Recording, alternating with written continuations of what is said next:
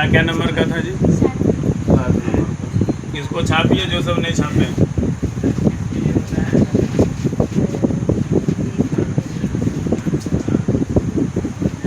सात का ये देखिए, इसको जो है ना उतारिए, समझा देंगे, फिर मिटा के दूसरे को भी बताना। ये भी सेम हिसाब है। देखिए पी एक्स बराबर दिया है 4x3, उसके बाद दिया है 5x², उसके बाद दिया है 9x, उसके बाद दिया है 4। अब भाजक बराबर कितना दिया है? 2x + 1। कौन प्रकार न्याय हो गया इसमें? 2x + सेम प्रोसेस है। सबसे पहले हम क्या करेंगे? भाजक को लेंगे। क्या करेंगे? भाजक को लेंगे। तो देखिए भाजक बराबर यहाँ लिख रहे हैं, भाजक बराबर 2x + 1, ये है जी। तो आप ये बताइए कि कौन सा संख्या यहाँ रख देंगे कि 0 हो जाएगा? बिल्कुल सही। सरिता के लिए जोरदार ताली बजाओ। यहाँ लिख देंगे 2 गुना -1/2 + 1, 2 कट गया, -1 + 1 कितना हो गया? 0 हो गया, हीरो हो गया। तब क्या करना है? -1/2 इस पर पुट कर देना है, रख देना है। जब आप इस पर रख दीजिएगा तो आपका आंसर आ जाएगा। यहाँ रखिए px बराबर 4x³ + 5x² + 9x + 4। यहाँ रख दीजिए -1/2, 4 गुना -1/2 का क्यूब प्लस 5 गुना -1/2 का स्क्वायर प्लस 9 गुना -1/2 + 4। जब आप इसका कैलकुलेशन कीजिएगा तो आपको आंसर आ जाएगा। इसको 4 गुना क्या लिख सकते हैं? -1/8 प्लस 5 गुना 1/4 प्लस -9/2 + 4। ठीक ना? लिखने में इधर दिक्कत हो रहा है। चलिए हम लोग इधर कोना की तरफ बढ़ते हैं। तो हो जाएगा -4/8 प्लस 5/4 -9/2 + 4। ठीक है, 4 दूनी 8। जो कटने वाला है उसको कटा देते हैं। तो -4/2 प्लस 5/4 -9/2 + 4। अब देखिए नीचे वाला का लघुत्तम ले सकते हैं।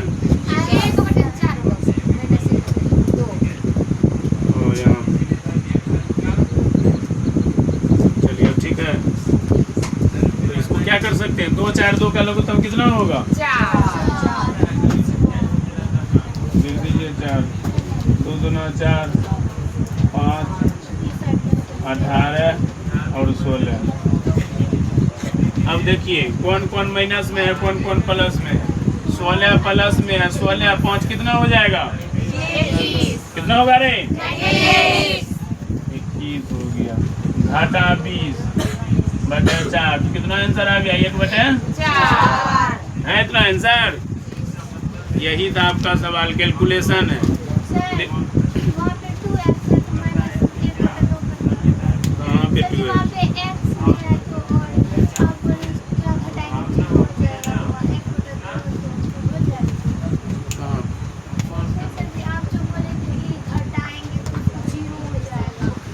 पे घटाएंगे। हम तो सब कुछ सही है किए हैं, मेरे अनुसार से तो सही है। सर जी वहाँ पे बोल रहा है 2x + 1 है ना, वहीं पे बोल रहा है कैसे घटाएंगे। 3 है वहाँ पे, -1 + 1 1, इसीलिए 0 हुआ। उसको वही बताएंगे, वहीं पे समझ में नहीं आ रहा।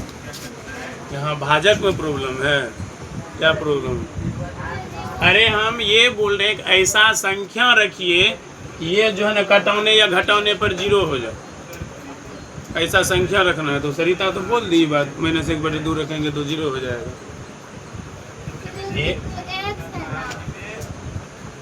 अरे यार x के जगह पे ही रखिए -1/2।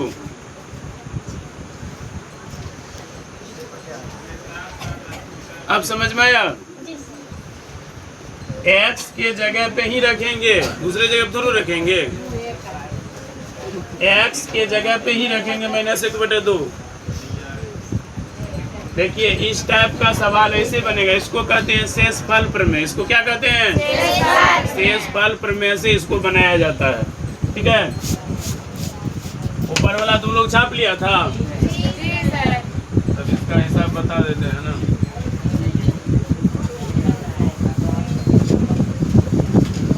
क्या था तुम्हारा गुणनखंड?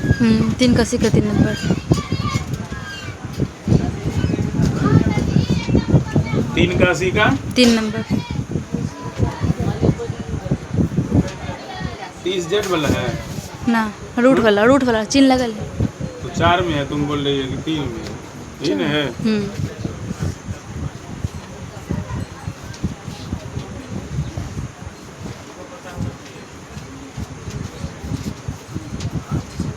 3 का रोमन 4 है, गुणनखंड है। देखिएगा आप लोग, 4√3 x² प्लस 5x - 7√3। ध्यान दो, ये वाला जो है रूट वाला अक्सर करके विद्यार्थी को प्रॉब्लम होता है। ठीक ना, देख लो रूट वाला भी कैसे बनता है। अच्छा हमको एक बात बताओ, ये दोनों को गुना करेगा तो कितना होगा? पूरा टोटल बताओ कितना होगा? के बोला 28 होगा? खड़े हो जाओ। मेरे अनुसार से 28 नहीं होगा, 84। बिल्कुल सही जवाब। जब हम ये दोनों को गुना करेंगे तो 84 होगा। कितना होगा? 84। करके देते हैं, 4√3 गुना 7√3, 7 चौके 3 गुना √3 कितना होगा? 3। 9 होगा, 3 होगा, 28 दिया 84। टोटल जो है ना 84 हो जाएगा। तो हमको एगो बात बताओ, एक ऐसा संख्या सेट करो मने मन कि जोड़ने या घटाने पर 5 हो जाए और गुना करने पर 84 हो जाए। तो 12 में 7 घटेबे तो 5 होता है, 12 गुना 7 करबे तो बढ़ सते 84 बन गया मेरा।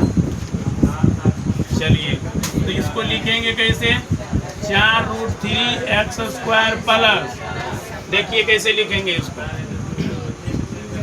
यहाँ पर अगर हम 12 लिखते हैं, यहाँ पर अगर हम 5 लिखते हैं, तो एक ऐसा संख्या सेट करो जिससे कि पुर जाए।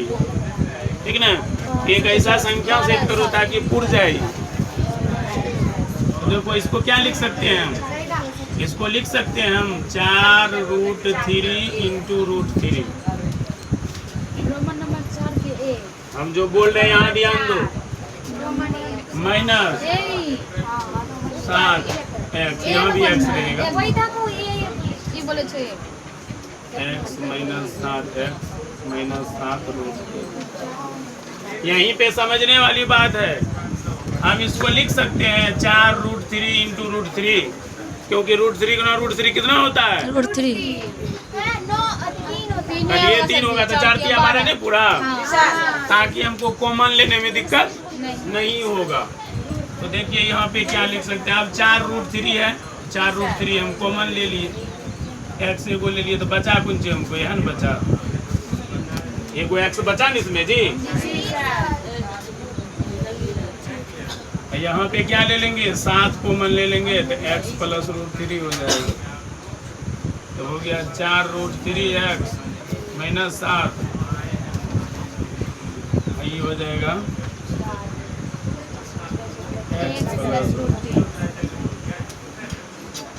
चेक कर लेते हैं सही है कि गलत। बिल्कुल सही है, लेकिन फिर से समझो, अगर किसी को कंफ्यूजन है तो फिर से समझ लीजिए, देख लीजिए हम जो बता रहे हैं। यहाँ मैंने 12 नहीं लिखा, तुम लोगों को तो बताया 12 में से 7 घटा देंगे तो 5 हो जाएगा। 12 देंगे तब कैसे बनेगा? सबको समझ में नहीं ना आएगा, बनेगा तो ऐसे ही, लेकिन सबको समझ ऐसे में सबको समझ में आएगा। देखो ये बेचारा को उठाए, देखो इसको भी उठा लिए, देखो √3 तो बच रहा है यहाँ पर ना, इसीलिए समझने के कारण से तो लिखेंगे तो हम तो वैसे बना सकते थे, लेकिन नहीं समझ में आएगा विद्यार्थी।